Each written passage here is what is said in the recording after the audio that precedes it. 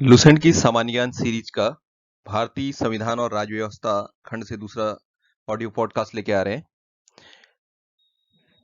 आज हम पढ़ेंगे संघीय कार्यपालिका।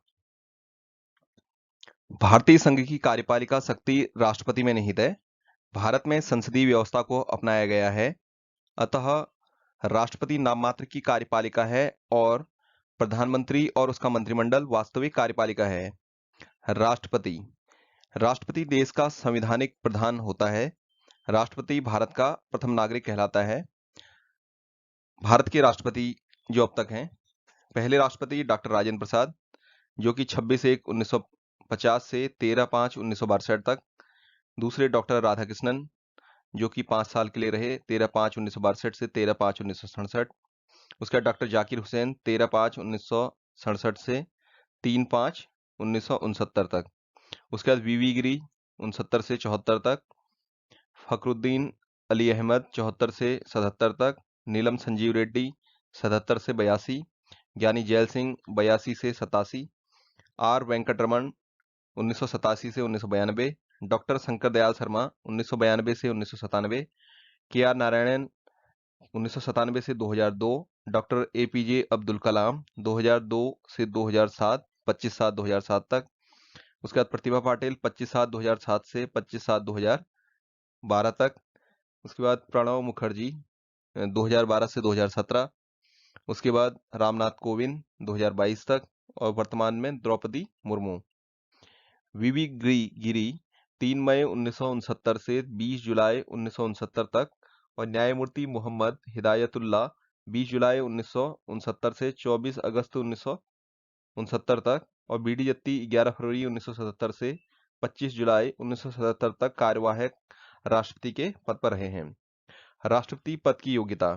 संविधान के अनुच्छेद 58 के अनुसार यदि कोई व्यक्ति राष्ट्रपति होने का योग्य होगा जब वह भारत का नागरिक हो, 35 वर्ष की आयु पूरी कर चुका हो, लोकसभा का सदस्य निर्वाचित किए जाने योग्य हो, चुनाव के समय लाभ के पद धारण नहीं करता हो। यदि व्यक्ति राष्ट्रपति या उपराष्ट्रपति के पद पर आसीन है तो संघ अथवा किसी राज्य की मंत्रिपरिषद का सदस्य है तो वह लाभ का पद नहीं माना जाएगा। यानी कि अगर राष्ट्रपति या उपराष्ट्रपति के पद पर हो या संघ या किसी राज्य की मंत्रिपरिषद का सदस्य हो तो वह लाभ का पद नहीं माना जाएगा। राष्ट्रपति के निर्वाचन के लिए निर्वाचक मंडल, इसमें राज्यसभा, लोकसभा, राज्यों की विधानसभाओं के निर्वाचित सदस्य रहते हैं। नवीनतम व्यवस्था के अनुसार पांडिचेरी विधानसभा और दिल्ली की विधानसभा के निर्वाचित सदस्य को भी सम्मिलित किया जाता है। राष्ट्रपति पद के उम्मीदवार के लिए निर्वाचक मंडल के 50 सदस्य प्रस्तावक और 50 सदस्य अनुमोदक होते हैं। एक ही व्यक्ति जितनी बार राष्ट्रपति बनना चाहे राष्ट्रपति के पद पर निर्वाचित हो सकता है।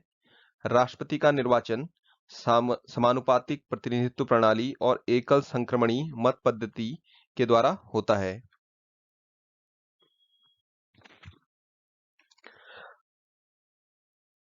अनुच्छेद 71 यानी कि 71 के अनुसार राष्ट्रपति के निर्वाचन से संबंधित विवादों का निपटारा उच्चतम न्यायालय द्वारा किया जाता है।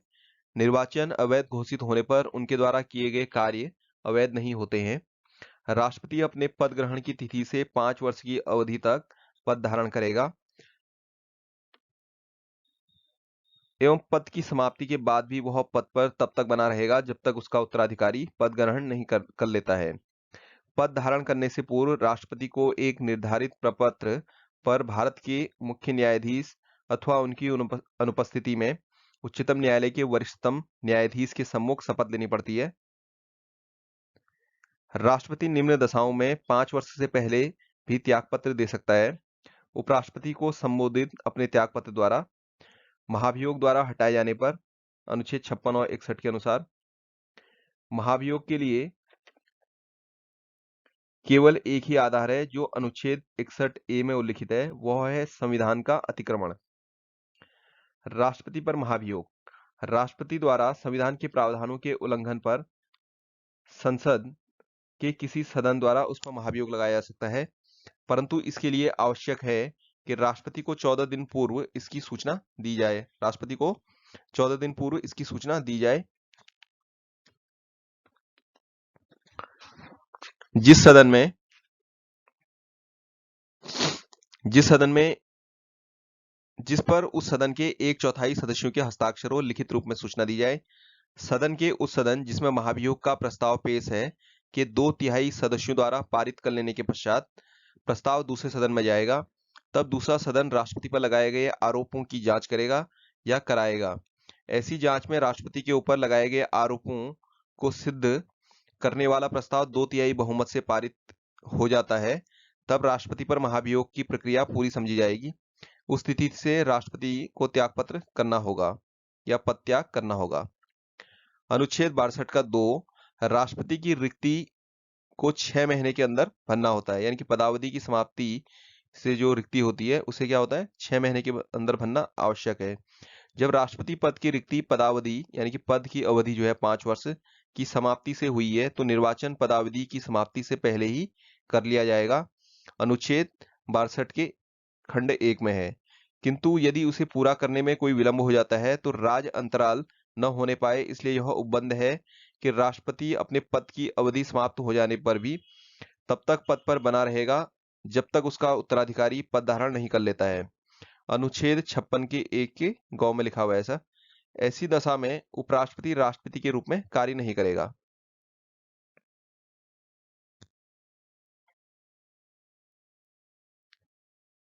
राष्ट्रपति के वेतन एवं भत्ते। ठीक है, राष्ट्रपति का वेतन कितना है, 5 लाख रुपए मासिक है। राष्ट्रपति का वेतन आयकर से मुक्त होता है। राष्ट्रपति को निःशुल्क निवास स्थान, संसद द्वारा स्वीकृत अन्य भत्ते प्राप्त होते हैं। ठीक है, राष्ट्रपति को कार्यकाल के दौरान उसके वेतन और भत्ते में किसी प्रकार की कमी नहीं की जा सकती है। राष्ट्रपति के अधिकार एवं कर्तव्य। पहला है नियुक्ति संबंधी अधिकार। राष्ट्रपति निम्न की नियुक्ति करता है: भारत का प्रधानमंत्री, प्रधानमंत्री की सलाह पर मंत्रिपरिषद के अन्य सदस्य।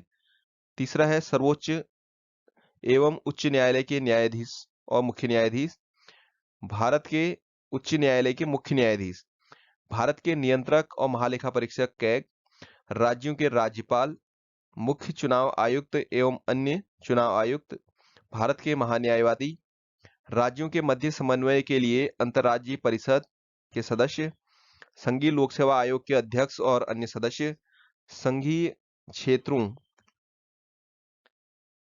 के मुख्य आयुक्त, वित्त आयोग के सदस्यों, भाषा आयोग के सदस्य और पिछड़ा वर्ग आयोग के सदस्य, अल्पसंख्यक आयोग के सदस्य, भारत के राजदूत और अन्य राजनयिक, अनुसूचित क्षेत्रों के प्रशासन के संबंध में रिपोर्ट देने वाले आयोग के सदस्य आदि। दूसरा है विधायी शक्तियां। राष्ट्रपति संसद का अभिन्न अंग होता है। इसे निम्न विधायी शक्तियां प्राप्त हैं। पहला है संसद के सत्र को आहूत करने, सत्रावसान करने और लोकसभा भंग करने संबंधी अधिकार, आर्टिकल 85 के 2 के ख के अनुसार। दूसरा है संसद के एक सदन में या एक साथ सम्मिलित रूप से दोनों सदनों में अभिभाषण करने की शक्ति। संसद के एक सदन में या एक साथ सम्मिलित रूप से दोनों सदनों में अभिभाषण करने की शक्ति। तीसरा है लोकसभा के लिए प्रत्येक साधारण निर्वाचन के पश्चात प्रथम सत्र के प्रारंभ में और प्रत्येक वर्ष के प्रथम सत्र के आरंभ में सम्मिलित रूप से संसद में अभिभाषण करने की शक्ति। लोकसभा का जो प्रत्येक साधारण निर्वाचन होगा, ठीक है, उसके बाद जो पहला सत्र होगा उसके सत्र के प्रारंभ में और प्रत्येक वर्ष का जो प्रथम सत्र होगा उसके प्रारंभ में सम्मिलित रूप से संसद में अभिभाषण करने की शक्ति। चौथा है संसद द्वारा पारित विधेयक राष्ट्रपति के अनुमोदन के बाद ही कानून बनता है। संसद में निम्न विधेयक को पेश करने के लिए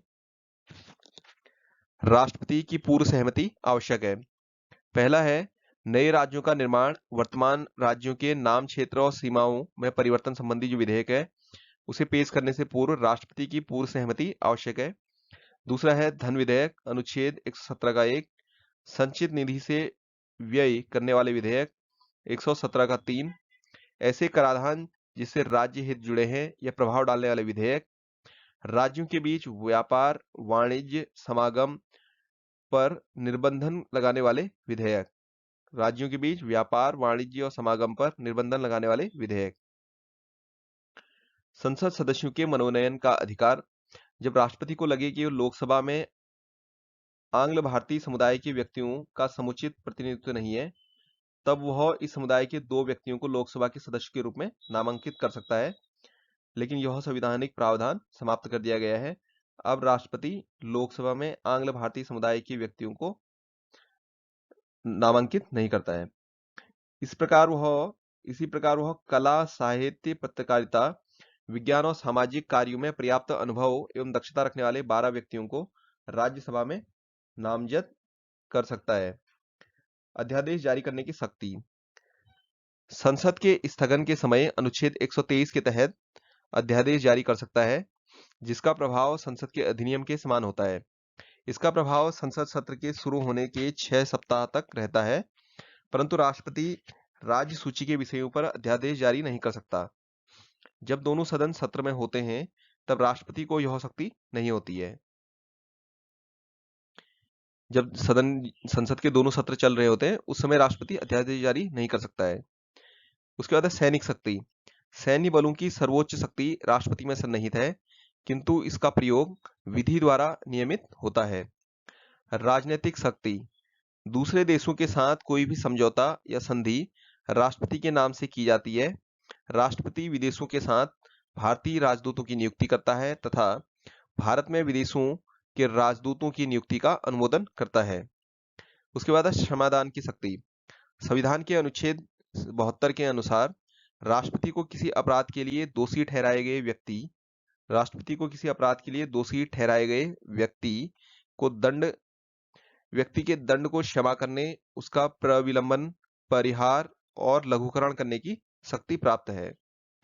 राष्ट्रपति की आपातकालीन शक्तियां। आपातकाल से संबंधित उपबंध भारतीय संविधान के भाग 18 के अनुच्छेद 352 से 360 के अंतर्गत मिलता है। मंत्रिपरिषद के परामर्श से राष्ट्रपति 3 प्रकार के आपात लागू कर सकता है।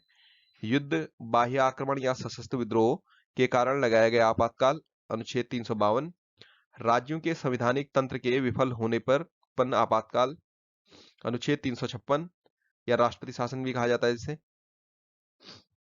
तीसरा है वित्तीय आपातकाल, अनुच्छेद 360, जिसकी जो न्यूनतम अवधि होती है 2 माह होती है।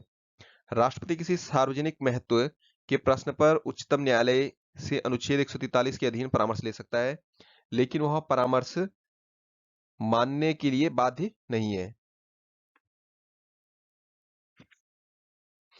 राष्ट्रपति किसी विधेयक पर अनुमति देने या न देने की निर्णय लेने की सीमा का अभाव होने के कारण राष्ट्रपति जेबी वीटो का प्रयोग कर सकता है, क्योंकि अनुच्छेद 111 केवल यह कहता है कि यदि राष्ट्रपति विधेयक लौटाना चाहता है तो विधेयक को उसे प्रस्तुत किए जाने के बाद यथाशीघ्र लौटा देगा। जेबी वीटो शक्ति का प्रयोग का उदाहरण है 1986 में संसद द्वारा पारित भारतीय डाकघर संशोधन विधेयक, जिस पर तत्कालीन राष्ट्रपति ज्ञानी जैल सिंह ने कोई निर्णय नहीं दिया था। राजेंद्र प्रसाद भारत के प्रथम राष्ट्रपति थे। वे लगातार 2 बार राष्ट्रपति निर्वाचित हुए। डॉक्टर एस राधाकृष्णन लगातार 2 बार उपराष्ट्रपति और 1 बार राष्ट्रपति रहे। केवल वीवी गिरी निर्वाचन के समय दूसरे चक्र की मतगणना करनी पड़ी। वीवी गिरी के निर्वाचन के समय में केवल नीलम संजीव रेड्डी ऐसे राष्ट्रपति हुए जो 1 बार चुनाव हार गए, फिर बाद में निर्विरोध राष्ट्रपति निर्वाचित हुए। भारत की प्रथम महिला राष्ट्रपति प्रतिभा देवी सिंह पाटिल है। उपराष्ट्रपति। संविधान के अनुच्छेद 63 के अनुसार भारत का एक उपराष्ट्रपति होगा। कार्यकाल 5 वर्ष है। संविधान में उपराष्ट्रपति से संबंधित प्रावधान अमेरिका के संविधान से ग्रहण किया गया है। भारत का उपराष्ट्रपति राज्यसभा का पदेन सभापति होता है। उपराष्ट्रपति राज्यसभा का सदस्य नहीं होता है, अतः इसे मतदान का अधिकार नहीं है, किंतु सभापति के रूप में निर्णायक मत देने का अधिकार उसे प्राप्त है। योग्यता। कोई व्यक्ति उपराष्ट्रपति निर्वाचित होने के योग्य तभी होगा जब वह भारत का नागरिक हो, 35 वर्ष की आयु पूरी कर चुका हो, राज्यसभा का सदस्य निर्वाचित होने के योग्य हो, निर्वाचन के समय किसी प्रकार के लाभ के पद पर नहीं हो, वह संसद के किसी सदन या राज्य के विधानमंडल के किसी सदन का सदस्य नहीं हो सकता। यदि ऐसा व्यक्ति उपराष्ट्रपति निर्वाचित हो जाता है तो यह समझा जाएगा कि उसे उस सदन का अपना स्थान अपने पद ग्रहण की तारीख से रिक्त कर दिया है। उपराष्ट्रपति को अपना पद ग्रहण करने से पूर्व राष्ट्रपति अथवा उसके द्वारा नियुक्त किसी व्यक्ति के समक्ष शपथ लेनी पड़ती है। राष्ट्रपति के पद खाली रहने पर उपराष्ट्रपति राष्ट्रपति की हैसियत से कार्य करता है। उपराष्ट्रपति को राष्ट्रपति के रूप में कार्य करने की अधिकतम अवधि 6 महीने है। इस दौरान राष्ट्रपति का चुनाव कर लेना अनिवार्य होता है। राष्ट्रपति के रूप में कार्य करते समय उपराष्ट्रपति राष्ट्रपति को मिलने वाली वेतन तथा अन्य सुविधाओं का उपभोग करता है। भारत के उपराष्ट्रपति डॉक्टर एस राधाकृष्णन 1952 से 62 तक 2 बार बने थे। डॉक्टर जाकिर हुसैन 1962 से 1967, वी गिरी 1967 से 1969, गोपाल स्वरूप पाठक 1969 से 1974, बी.डी. जत्ती 1974 से 1979, न्यायमूर्ति मोहम्मद हिदायतुल्लाह 1979 से 1984, आर वेंकटरमण 1984 से 1987, डॉक्टर शंकर दयाल शर्मा 1987 से 1992, के आर नारायणन 1992 से 1997, कृष्णकांत 1997 से 2002, भैरव सिंह शेखावत 2002 से 2007, हामिद अंसारी 11/8/2007 से 2017 तक, वेंकैया नायडू 2017 से 2022 तक और जगदीप धनखड़ 2022 से वर्तमान समय में कार्य कर रहे हैं।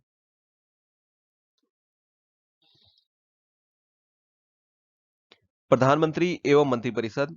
संविधान के अनुच्छेद 74 के अनुसार राष्ट्रपति को उसके कार्यों के संपादन व सलाह देने हेतु एक मंत्रिपरिषद होती है, जिसका प्रधान प्रधानमंत्री होता है। संविधान के अनुच्छेद 75 के अनुसार प्रधानमंत्री की नियुक्ति राष्ट्रपति करेगा और अन्य मंत्री की नियुक्ति राष्ट्रपति प्रधानमंत्री की सलाह पर करेगा। मंत्रिपरिषद के सदस्य बनने के लिए वैधानिक दृष्टि से आवश्यक है कि किसी व्यक्ति संसद के किसी सदन का सदस्य हो। यदि व्यक्ति मंत्री बनते समय संसद का सदस्य नहीं है तो उसे 6 महीने के अंदर संसद सदस्य बनना अनिवार्य होता है, नहीं तो उसे अपना पद छोड़ना होगा। पद ग्रहण करने से पूर्व प्रधानमंत्री सहित प्रत्येक मंत्री को राष्ट्रपति के सामने पद और गोपनीयता की शपथ लेनी होती है। सभी मंत्रियों, राज्य मंत्रियों और उप मंत्रियों को निःशुल्क निवास स्थान और अन्य सुविधाएं प्राप्त होती हैं। मंत्रिपरिषद सामूहिक रूप से लोकसभा के प्रति उत्तरदायी होती है। यदि लोकसभा किसी एक मंत्री के विरुद्ध अविश्वास का प्रस्ताव पारित करे अथवा उस विभाग से संबंधित विधेयक को रद्द कर दे तो समस्त मंत्रिमंडल को त्यागपत्र देना होता है। मंत्री 3 प्रकार के होते हैं। पहला है कैबिनेट मंत्री, दूसरा है राज्य मंत्री और तीसरा है राज्य मंत्री स्वतंत्र प्रभार। कैबिनेट मंत्री विभाग के अध्यक्ष होते हैं। प्रधानमंत्री और कैबिनेट मंत्री को मिलाकर मंत्रिमंडल का निर्माण होता है। प्रधानमंत्री की सलाह पर ही राष्ट्रपति लोकसभा भंग करता है। प्रधानमंत्री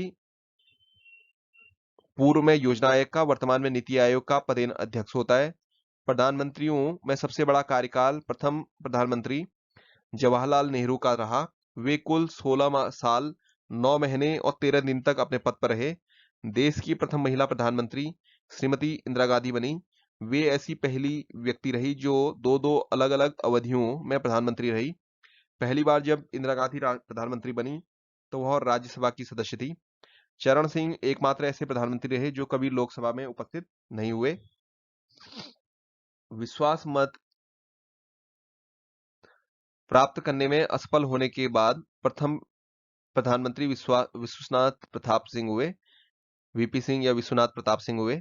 एक कार्यकाल में सबसे कम समय तक प्रधानमंत्री के पद पर रहने वाले प्रधानमंत्री अटल बिहारी वाजपेयी हुए, मात्र 13 दिन। कैबिनेट मंत्रियों में सबसे बड़ा कार्यकाल जगजीवन राम का रहा, जो लगभग 32 वर्ष केंद्रीय मंत्रिमंडल में रहे।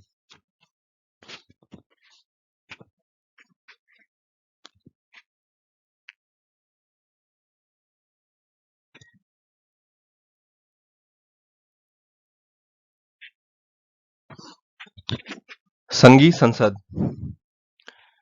भारत की संसद राष्ट्रपति, राज्यसभा और लोकसभा से मिलकर बनती है। संसद के निम्न सदन को लोकसभा और उच्च सदन को राज्यसभा कहते हैं। पहले राज्यसभा। राज्यसभा के सदस्यों की अधिक से अधिक संख्या 250 हो सकती है। वर्तमान समय में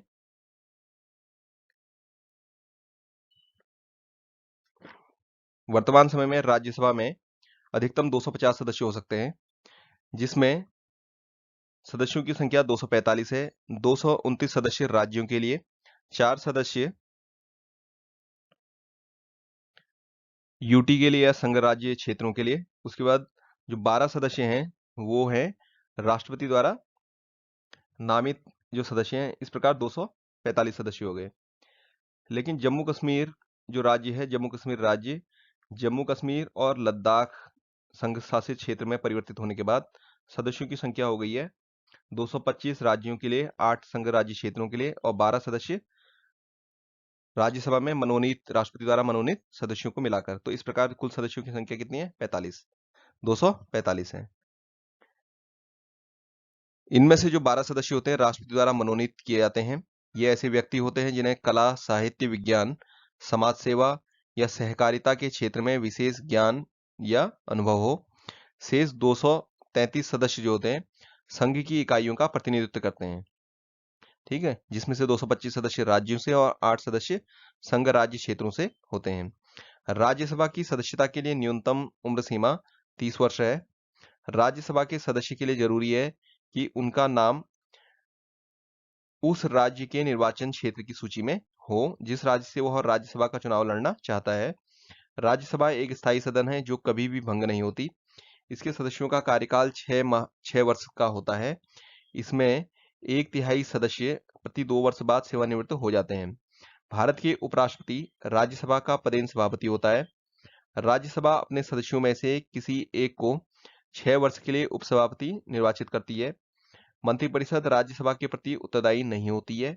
मंत्रिपरिषद लोकसभा के प्रति उत्तरदायी होती है 75 के 3 के आधार पर।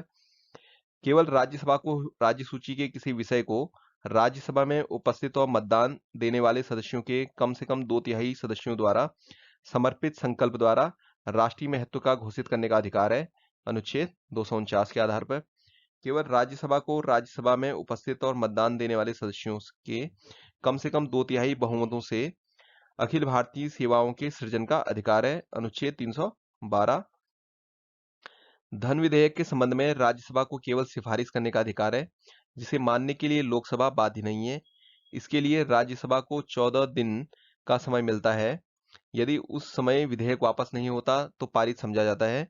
राज्यसभा धन विधेयक को न तो अस्वीकार कर सकती है, न ही उसमें कोई संशोधन कर सकती है।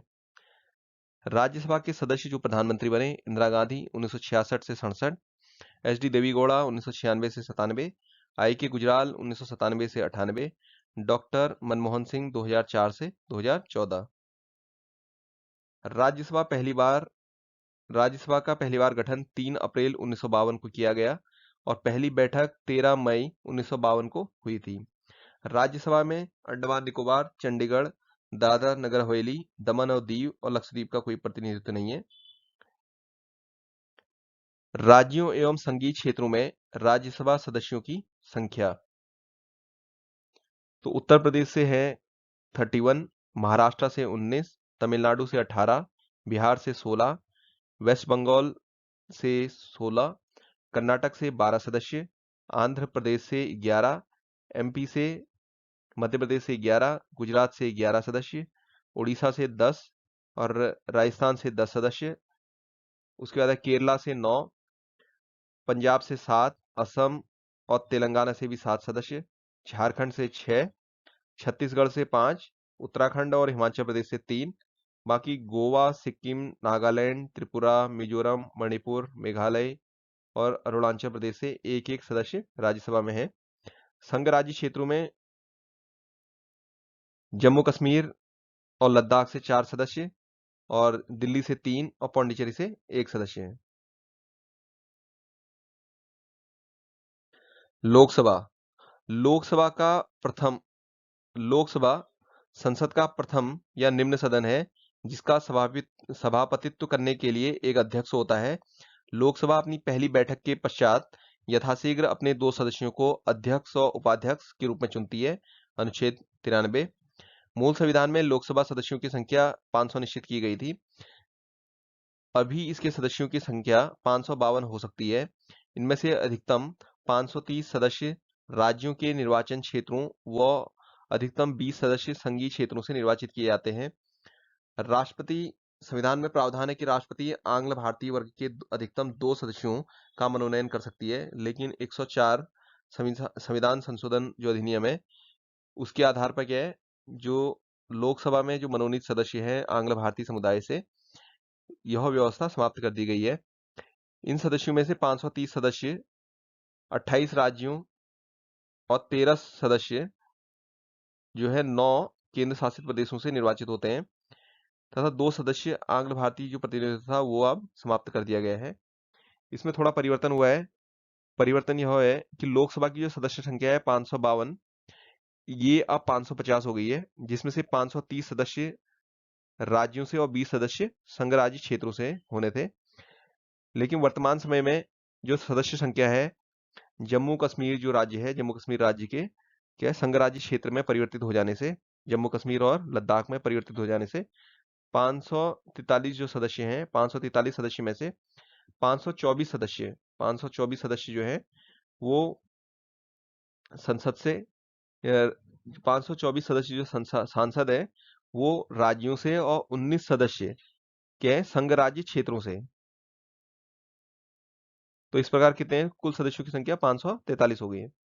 104 संविधान संशोधन के द्वारा अनुच्छेद 331 के आधार पर जो एंग्लो इंडियन सदस्य का मनोनयन था वह समाप्त हो गया है। अगस्त 2001 में संसद द्वारा पारित 91वें संविधान संशोधन विधेयक के अनुसार लोकसभा एवं विधानसभाओं की सीटों की संख्या 2026 तक यथावत रखने का प्रावधान किया गया है। लोकसभा के सदस्यों का चुनाव गुप्त मतदान के द्वारा वयस्क मताधिकार यानी कि 18 वर्ष के आधार पर होता है। 61वें संविधान संशोधन 1989 के अनुसार भारत में अब 18 वर्ष की आयु प्राप्त व्यक्ति को वयस्क माना गया है।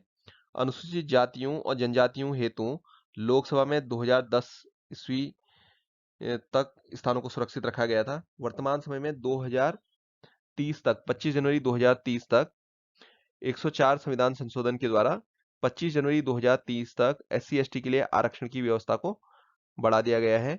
अब 2030 तक 25 जनवरी 2030 तक आरक्षण जारी रहेगा। लोकसभा के सदस्यों का चुनाव गुप्त मतदान के द्वारा वयस्क मताधिकार 18 वर्ष के आधार पर होता है। 61वें संविधान संशोधन 1989 के अनुसार भारत में 18 वर्ष की आयु प्राप्त व्यक्ति को वयस्क माना गया है। अनुसूचित जातियों और जनजातियों के लिए जो आरक्षण की व्यवस्था है 25 जनवरी 2030 तक है। लोकसभा की सदस्यता के लिए अनिवार्य योग्यताएं इस प्रकार हैं। पहला, वह व्यक्ति भारत का नागरिक हो, उसकी आयु 25 वर्ष या इससे अधिक हो, भारत सरकार अथवा किसी राज्य सरकार के अंतर्गत वह कोई लाभ के पद पर नहीं हो, वह पागल तथा दिवालिया न हो। लोकसभा का अधिकतम कार्यकाल सामान्यतः 5 वर्ष का होता है। मंत्रिपरिषद लोकसभा के प्रति सामूहिक रूप से उत्तरदायी होती है। अनुच्छेद 75 के 3। प्रधानमंत्री के परामर्श के आधार पर राष्ट्रपति के द्वारा लोकसभा को समय से पूर्व भी भंग किया जा सकता है। ऐसा अब तक 8 बार किया गया है। आपातकाल की घोषणा लागू होने के बाद विधि द्वारा संसद लोकसभा के कार्यकाल में वृद्धि कर सकती है, जो एक बार में 1 वर्ष से अधिक नहीं होगी। 1976 ईस्वी में लोकसभा का कार्यकाल 2 बार 1-1 वर्ष के लिए बढ़ाया गया था। लोकसभा तथा राज्यसभा के अधिवेशन राष्ट्रपति के द्वारा बुलाए और स्थगित किए जाते हैं। लोकसभा के 2 बैठकों में 6 माह से अधिक का अंतर नहीं होना चाहिए। लोकसभा की गणपूर्ति या कोरम कुल सदस्य संख्या का 10वां भाग यानी कि 55 होता है। ठीक है, जो लोकसभा की गणपूर्ति या कोरम कुल सदस्य संख्या का 10वां भाग होता है। संविधान के अनुच्छेद 108 में संसद के संयुक्त अधिवेशन की व्यवस्था है।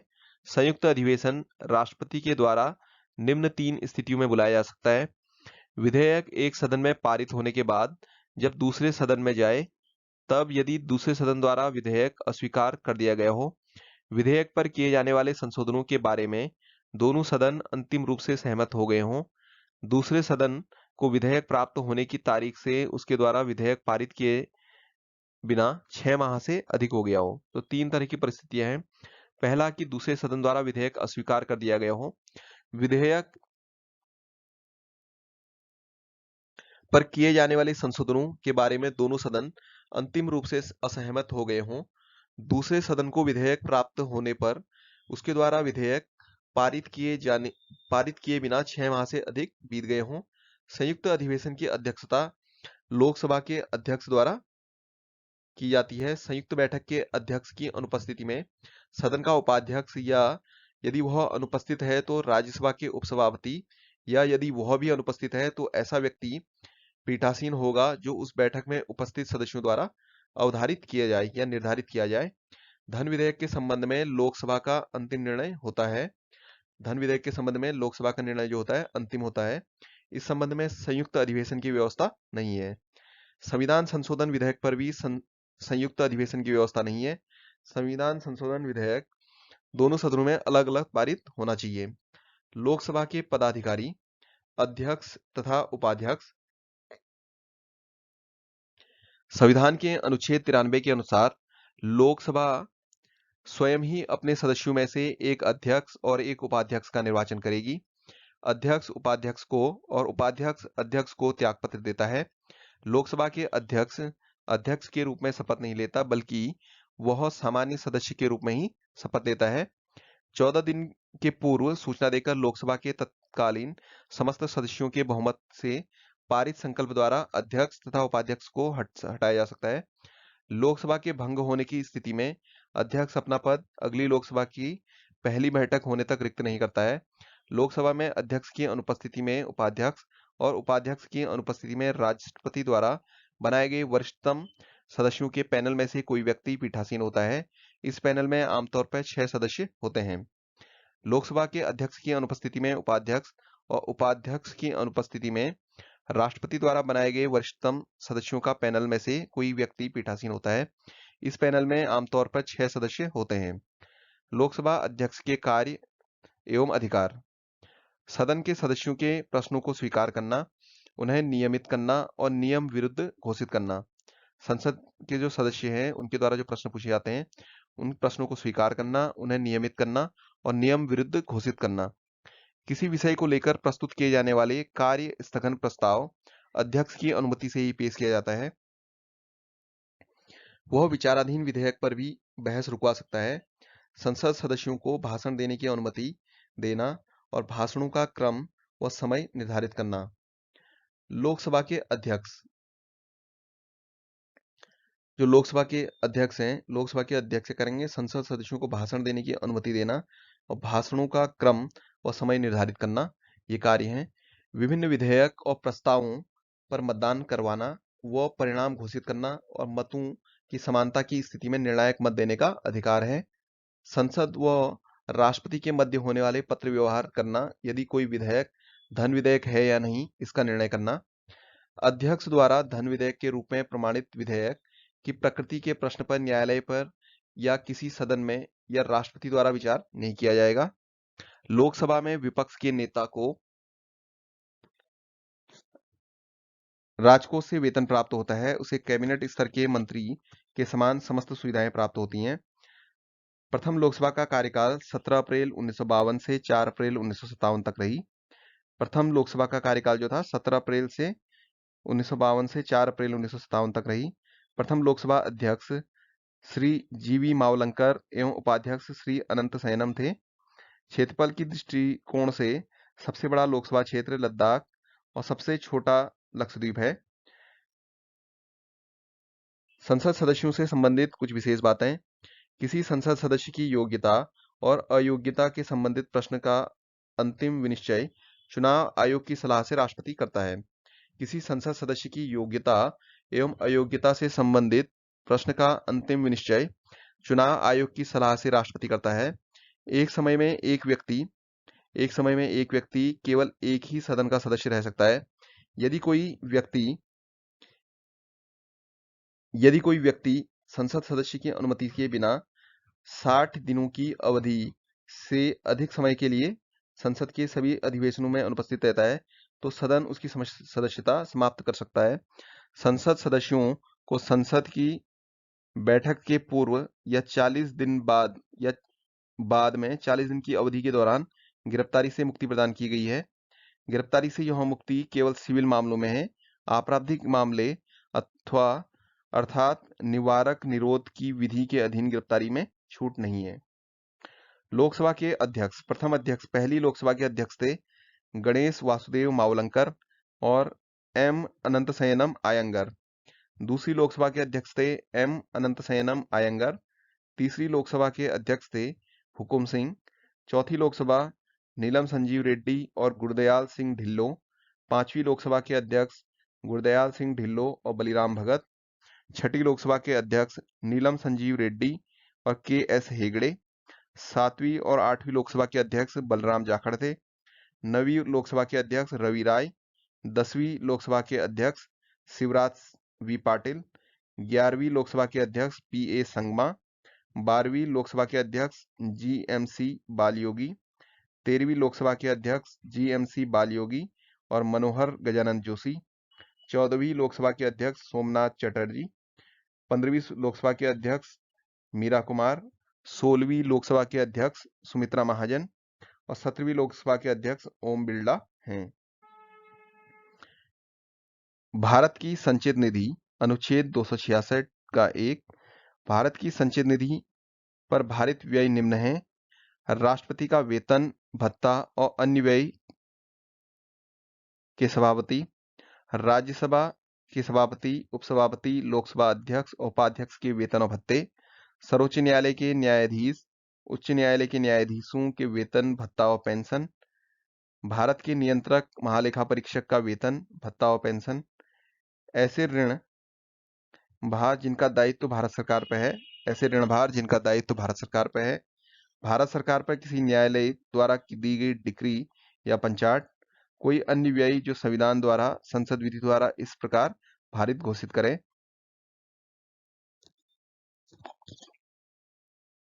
संसद की आकस्मिकता निधि यानी कंटीजेंसी फंड जो है, संविधान के अनुच्छेद 267 के अनुसार संसद और राज्य विधानमंडल को यथास्थिति भारत या राज्य की आकस्मिकता निधि सृजित करने का अधिकार है।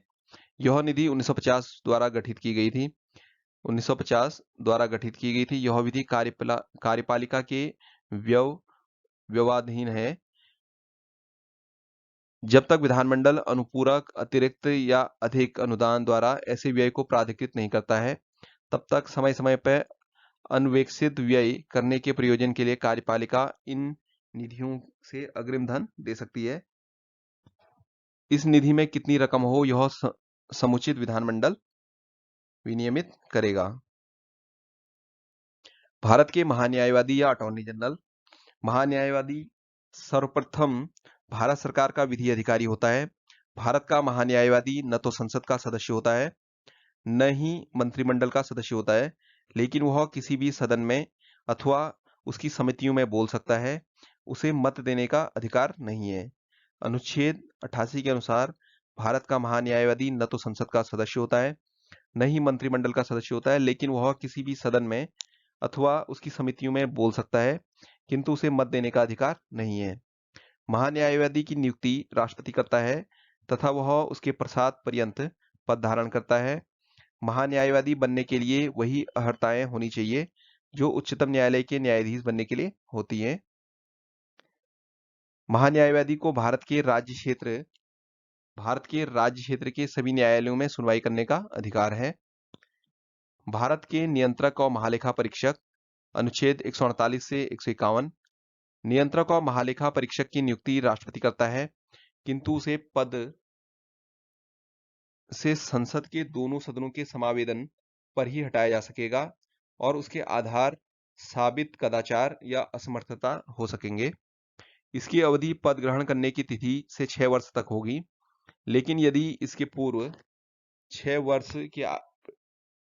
65 वर्ष की आयु प्राप्त कर लेता है तो वह अवकाश ग्रहण कर लेता है। यह सेवानिवृत्ति के पश्चात भारत सरकार के अधीन कोई पद धारण नहीं कर सकता। नियंत्रक महालेखा परीक्षक सार्वजनिक धन का संरक्षक होता है। भारत तथा प्रत्येक राज्य तथा प्रत्येक संघ राज्य क्षेत्र की संचित निधि से किए गए सभी व्यय विधि के अधीन ही हुए हैं। यह इस बात की संपरीक्षा करता है। अगला है संविधान में संशोधन। संविधान में अनुच्छेद 368 में संशोधन की प्रक्रिया का उल्लेख किया गया है। इसमें संशोधन की 3 विधियों को अपनाया गया है। पहला है साधारण विधि द्वारा संशोधन, संसद के विशेष बहुमत द्वारा, और संसद के विशेष बहुमत और राज्य के विधानमंडलों की स्वीकृति से संशोधन।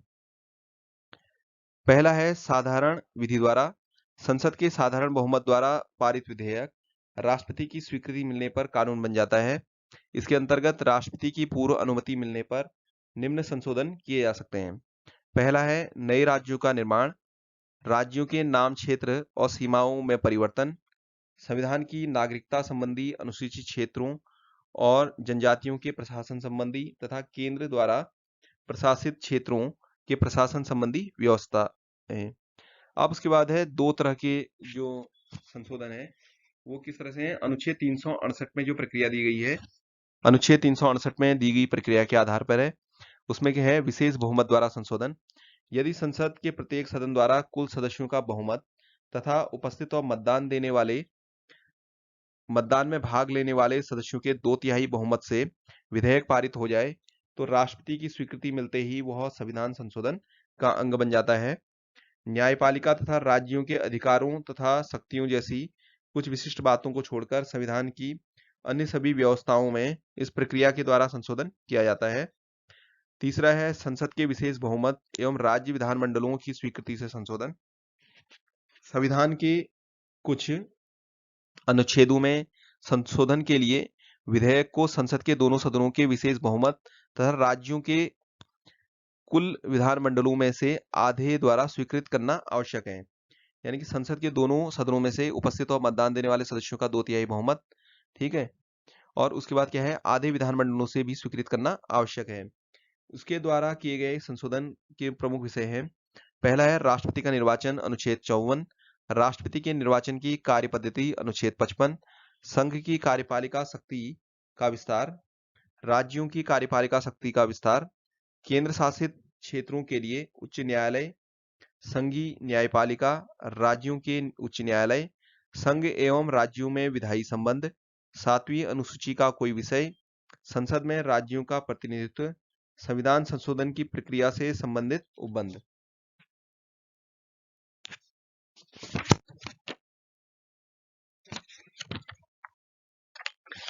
राज्यों की कार्यपालिका।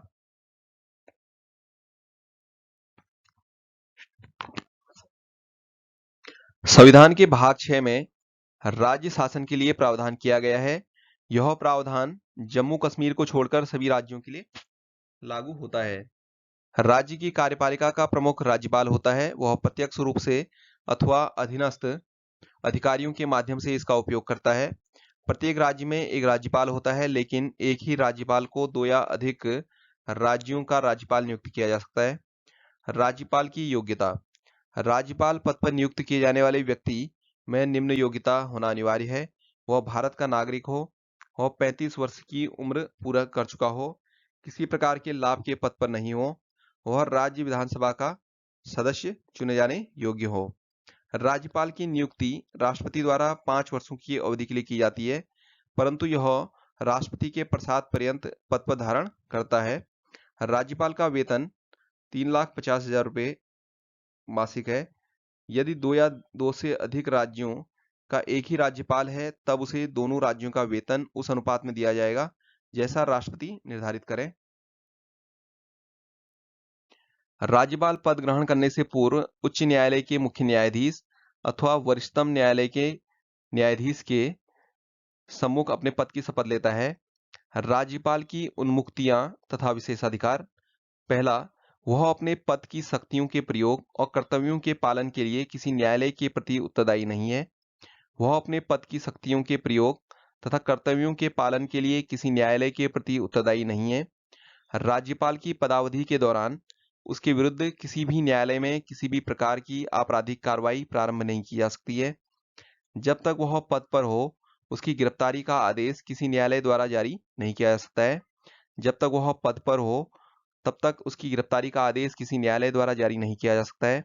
राज्यपाल का पद ग्रहण करने से पूर्व या पश्चात उसके द्वारा किए गए कार्य के संबंध में कोई सिविल कार्रवाई करने से पहले उसे 2 माह पूर्व सूचना देनी पड़ती है। राज्यपाल की शक्तियां तथा कार्य। कार्यपालिका संबंधी शक्तियां। राज्य के समस्त कार्यपालिका संबंधी कार्य राज्यपाल के नाम से किए जाते हैं। दूसरा, राज्यपाल मुख्यमंत्री को और मुख्यमंत्री की सलाह से उसकी मंत्रिपरिषद के सदस्यों को नियुक्त करता है तथा उन्हें पद और गोपनीयता की शपथ दिलाता है। राज्यपाल राज्य के उच्च अधिकारियों जैसे महाधिवक्ता, राज्य लोक सेवा आयोग के अध्यक्ष और सदस्यों की नियुक्ति करता है तथा राज्य के उच्च न्यायालय के न्यायाधीशों की नियुक्ति के संबंध में राष्ट्रपति को परामर्श देता है। राज्यपाल का अधिकार है कि वह राज्य के प्रशासन के संबंध में मुख्यमंत्री से सूचना प्राप्त करे। जब राज्य का प्रशासन संवैधानिक तंत्र के अनुसार न चलाया जा रहा हो, तो राज्यपाल राष्ट्रपति से राज्य में राष्ट्रपति शासन की सिफारिश करता है। राष्ट्रपति शासन के समय राज्यपाल केंद्र सरकार के अभिकर्ता के रूप में राज्य का प्रशासन चलाता है। राज्यपाल राज्य के विश्वविद्यालयों का कुलाधिपति होता है तथा उपकुलपतियों को भी नियुक्त करता है। दूसरा है विधायी अधिकार। राज्यपाल विधानमंडल का अभिन्न अंग है। राज्यपाल विधानमंडल का सत्रावसान करता है, सत्र का आह्वान करता है, सत्रवसान करता है और उसका विघटन करता है अनुच्छेद 174 के अनुसार। राज्यपाल विधानमंडल के अधिवेशन तथा दोनों सदनों के संयुक्त अधिवेशन को संबोधित करता है। वह राज्य विधान परिषद की कुल सदस्य संख्या का 1/6 भाग सदस्यों को नियुक्त करता है जिनका संबंध विज्ञान, साहित्य, कला, समाज सेवा, सहकारी आंदोलन आदि से रहता है। राज्य विधानसभा के किसी सदस्य पर अयोग्यता का प्रश्न उत्पन्न होता है तो अयोग्यता संबंधी विवाद का निर्धारण राज्यपाल चुनाव आयोग के परामर्श से करता है। राज्य विधानमंडल द्वारा पारित विधेयक राज्यपाल के हस्ताक्षर के बाद ही अधिनियम बन पाता है। यदि विधानसभा में आंग्ल भारतीय समुदाय को पर्याप्त प्रतिनिधित्व नहीं प्राप्त है, तो उसे राज्यपाल उस समुदाय के एक व्यक्ति को विधानसभा का सदस्य मनोनीत करता है। लेकिन 104वें संविधान संशोधन अधिनियम के द्वारा यह प्रावधान समाप्त कर दिया गया है।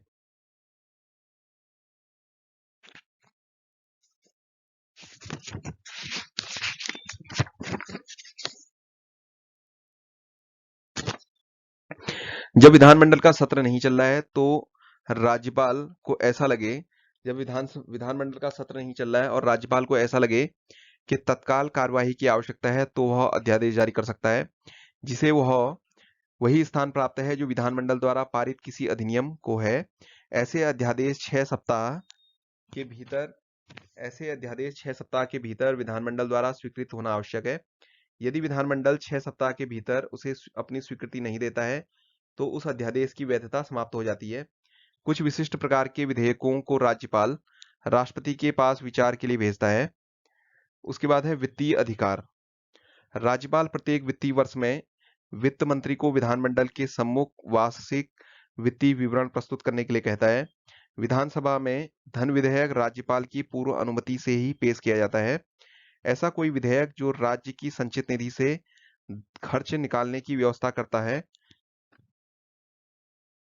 तो उस समय उस विधानमंडल द्वारा पारित नहीं किया जा सकता तो जब तक राज्यपाल उसकी संस्तुति न कर दे। ऐसा कोई विधेयक जो राज्य की संचित निधि से धन निकालने की व्यवस्था करता हो उस समय तक विधानमंडल द्वारा पारित नहीं किया जा सकता जब तक राज्यपाल उसकी संस्तुति न कर दे। राज्यपाल की संस्तुति के बिना अनुदान की किसी भी मांग को विधानमंडल के सम्मुख नहीं रखा जा सकता है। यानी कि राज्यपाल की संस्तुति जब होगी उसके बाद ही किसी भी अनुदान की मांग को विधानमंडल के सम्मुख नहीं रखा जा सकता है। ठीक है, राज्यपाल की संस्तुति के बिना अनुदान की किसी भी मांग को विधानमंडल के सम्मुख नहीं रखा जा सकता। राज्यपाल धन विधेयक के अतिरिक्त किसी विधेयक को पुनः विचार के लिए राज्य विधानमंडल के पास भेज सकता है, परंतु राज्य विधानमंडल द्वारा इसे दोबारा पारित किए जाने पर यह उस पर अपनी सहमति देने के लिए बाध्य होता है। न्यायिक अधिकार। राज्यपाल को उस विषय संबंधी जिस विषय पर उस राज्य की कार्यपालिका शक्ति का विस्तार है, किसी विधि के विरुद्ध किसी अपराध के लिए दोष सिद्ध ठहराए गए किसी व्यक्ति के दंड को क्षमा करना, उसका प्रविलंबन, विराम या परिहार करने की अथवा दंडादेश के निलंबन, परिहार या लघुकरण की शक्ति प्राप्त है। राज्यपाल की शक्ति। यदि हम राज्यपाल के उपयुक्त अधिकारों पर दृष्टिपात करें तो ऐसा लगता है कि राज्यपाल एक बहुत शक्तिशाली अधिकारी है, किंतु वास्तविकता इसकी सर्वथा भिन्न है। हमने संसदीय शासन प्रणाली को अपनाया है, जिसमें मंत्रिपरिषद विधानमंडल के प्रति उत्तरदायी होती है, अतः वास्तविक शक्तियां मंत्रिपरिषद को प्राप्त होती हैं, न कि राज्यपाल को।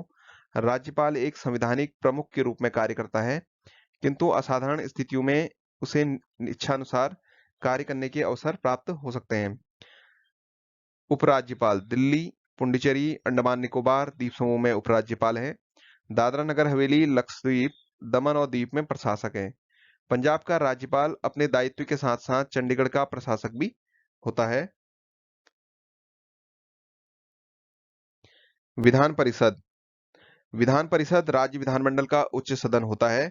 यदि किसी राज्य की विधानसभा अपने कुल सदस्यों के पूर्ण बहुमत तथा उपस्थित और मतदान करने वाले सदस्यों के 2/3 बहुमत से प्रस्ताव पारित करे, तो संसद उस राज्य में विधान परिषद स्थापित कर सकती है अथवा उसका लोप कर सकती है।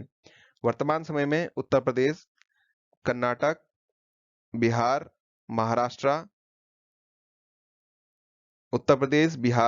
कर्नाटक, महाराष्ट्र और आंध्र प्रदेश और तेलंगाना राज्य में विधान परिषद विद्यमान है।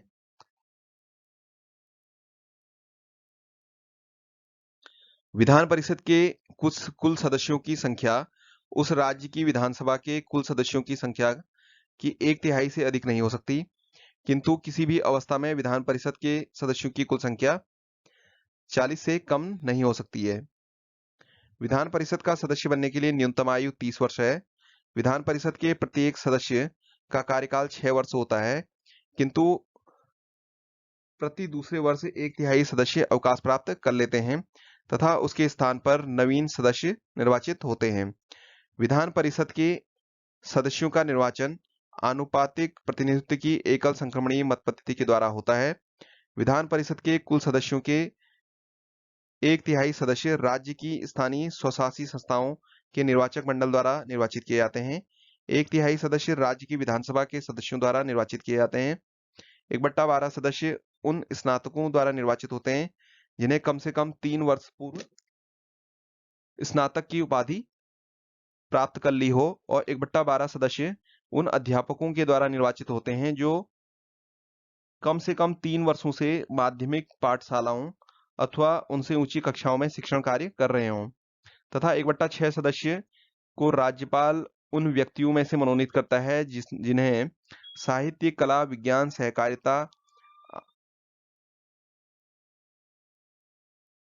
सहकारिता आंदोलन या सामाजिक सेवा के संबंध में विषय ज्ञान हो। विधान परिषद के किसी भी बैठक में कम से कम 10 या विधान परिषद के कुल सदस्यों का 1/10 इनमें से जो भी अधिक हो गणपूर्ति होगा। विधान परिषद अपने सदस्यों में से 2 को क्रमशः सभापति और उपसभापति चुनती है। सभापति और उपसभापति को विधानमंडल द्वारा निर्धारित वेतन एवं भत्ते प्राप्त होते हैं। सभापति उपसभापति को संबोधित कर एवं उपसभापति सभापति को संबोधित कर त्यागपत्र दे सकता है, अथवा विधान परिषद के सदस्यों को बहुमत से पारित प्रस्ताव द्वारा उन्हें अपदस्थ किया जा सकता है। किसी ऐसे प्रस्ताव को लाने के लिए 14 दिन पूर्व सूचना देना आवश्यक है। विधानसभा का कार्यकाल 5 वर्ष है, किंतु विशेष परिस्थिति में राज्यपाल को यह अधिकार है कि वह इससे पूर्व भी इसे विघटित कर सकता है। विधानसभा के सत्रावसान, ठीक है, विधानसभा के सत्रावसान के आदेश राज्यपाल के द्वारा दिए जाते हैं। विधानसभा में निर्वाचित होने के लिए न्यूनतम आयु 25 वर्ष है। प्रत्येक राज्य की विधानसभा में कम से कम 60 और अधिक से अधिक 500 सदस्य होते हैं। अपवाद है, गोवा में 40 सदस्य हैं, मिजोरम में 40, सिक्किम में 32 सदस्य हैं। इसे अनुच्छेद 371 के तहत विशेष राज्य का दर्जा देकर यह व्यवस्था की गई है। विधानसभा की अध्यक्षता करने के लिए एक अध्यक्ष का चुनाव करने का अधिकार सदन को प्राप्त है, जो इसकी बैठकों का संचालन करता है। साधारणतः विधानसभा अध्यक्ष सदन में मतदान नहीं करता, किंतु यदि सदन में मत बराबरी में बढ़ जाए तो यह निर्णायक मत देता है। जब कभी अध्यक्ष को उसके पद से हटाने का प्रस्ताव विचाराधीन हो तो उस समय यह सदन की बैठकों की अध्यक्षता नहीं करता है। किसी विधेयक को धन विधेयक माना जाए या अथवा नहीं, इसका निर्णय विधानसभा अध्यक्ष ही करता है। सदन के बैठकों के लिए सदन की कुल सदस्यों की 1/10 सदस्यों की उपस्थिति गणपूर्ति हेतु आवश्यक है। विधानसभा के अधिकार एवं कार्य। विधि निर्माण। विधानसभा के कार्य और अधिकार क्या हैं? पहला है विधि निर्माण। इसे राज्य सूची के संबंधित विषयों पर विधि निर्माण का अनन्य अधिकार प्राप्त है। समवर्ती सूची से संबद्ध विषयों पर संसद की तरह राज्य विधानमंडल भी विधि निर्माण कर सकता है, किंतु यदि दोनों द्वारा निर्मित विधियों में परस्पर विरोध हो, विरोध की सीमा तक संसदीय विधि वर्णनीय है। यानी कि अगर दोनों जो समवर्ती सूची के विषय में अगर दोनों ने क्या बनाए हैं, कोई विधि बनाई है, राज्य विधानसभा और संसद ने, तो संसद की जो विधि होगी वो सर्वोच्च होगी, वो माननीय होगी। वित्तीय विषयों के संबंधित प्रक्रिया। राज्य विधानमंडल द्वारा सरकार की वित्तीय अवस्था को पूर्णतया नियंत्रित करता है। प्रत्येक वित्तीय वर्ष के प्रारंभ में विधानमंडल के सम्मुख वार्षिक वित्तीय विवरण अथवा बजट प्रस्तुत किया जाता है, जिससे शासन की आय और व्यय का विवरण रहता है। बजट वित्त मंत्री द्वारा रखा जाता है। कोई धन विधेयक प्रारंभ में विधान परिषद में प्रस्तुत नहीं किया जा सकता है। जब विधानसभा किसी धन विधेयक को पारित कर देती है, तब तक विधानसभा परिषद के पास भेज दिया जाता है। विधान परिषद को 14 दिन के भीतर विधानसभा को लौटाना पड़ता है। विधान परिषद उस विधेयक के संबंध में संस्तुतियां तो दे सकती है, किंतु वह न तो उसे अस्वीकार कर सकती है, न ही उसमें संशोधन कर सकती है। विधानसभा द्वारा पारित किए जाने के 14 दिनों के बाद विधेयक को दोनों सदनों द्वारा पारित समझ लिया जाता है और राज्यपाल को उस पर अपनी सहमति देनी पड़ती है। कार्यपालिका पर नियंत्रण। मंत्रिपरिषद सामूहिक रूप से विधानसभा के प्रति उत्तरदायी है। जब कभी मंत्रिपरिषद के विरुद्ध अविश्वास प्रस्ताव पारित हो जाता है, तो समूची मंत्रिपरिषद को त्यागपत्र देना पड़ता है। संविधानिक संशोधन। संघीय स्वरूप को प्रभावित करने वाला कोई संविधान संशोधन विधेयक यदि संसद के 200 सदनों द्वारा पारित होता है, तो आधे से अधिक राज्यों के विधानमंडलों द्वारा उसकी पुष्टि करना आवश्यक है। यानी कि संविधान संशोधन में राज्य की भूमिका क्या है? अनुच्छेद 368 के अधीन संघीय स्वरूप को प्रभावित करने वाला कोई विधेयक है, कोई भी संविधान संशोधन विधेयक अगर संसद द्वारा पारित किया जाता है, तो उसे आधे से अधिक राज्यों के विधानमंडल द्वारा भी पारित करना आवश्यक है। पांचवा है निर्वाचन संबंधी अधिकार। उपराष्ट्रपति के निर्वाचन में जितना मताधिकार संसद के दोनों सदनों के सदस्यों को प्राप्त है, उतना ही राज्यों की विधानसभाओं के निर्वाचित सदस्यों को प्राप्त है। मुख्यमंत्री की नियुक्ति राज्यपाल द्वारा की जाती है। साधारणतः वैसे व्यक्ति को मुख्यमंत्री नियुक्त किया जाता है जो विधानसभा में बहुमत दल का नेता होता है। राष्ट्रीय राजधानी क्षेत्र दिल्ली के चुनाव पश्चात जो मुख्यमंत्री की नियुक्ति राष्ट्रपति द्वारा होती है और मुख्यमंत्री राष्ट्रपति के प्रति उत्तरदायी होता है। मुख्यमंत्री ही शासन का मुख्य प्रवक्ता है और मंत्रिपरिषदों की बैठक की अध्यक्षता करता है। मंत्रिपरिषद के निर्णयों को मुख्यमंत्री ही राज्यपाल तक पहुंचाता है। जब कभी राज्यपाल कोई बात मंत्रिपरिषद तक पहुंचाना चाहता है, तो वह मुख्यमंत्री के द्वारा ही कार्य करता है। राज्यपाल के सारे अधिकारों का प्रयोग मुख्यमंत्री ही करता है।